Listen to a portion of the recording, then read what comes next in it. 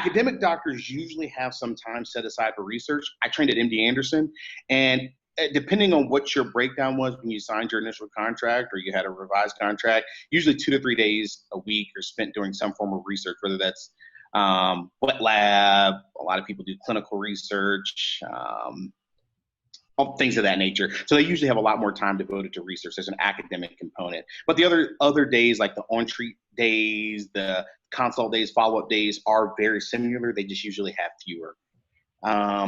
My group, to answer your second question, is a single specialty group. So it's for radiation oncologists.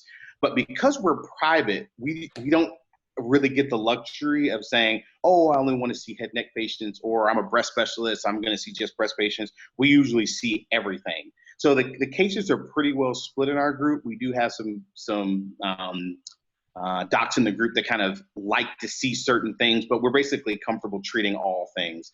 I think another difference between private and academics is that in academics, especially at the larger institutions, most of those doctors are only treating one or of a few sites. MD Anderson's super large, so they're all treating one site, where I trained.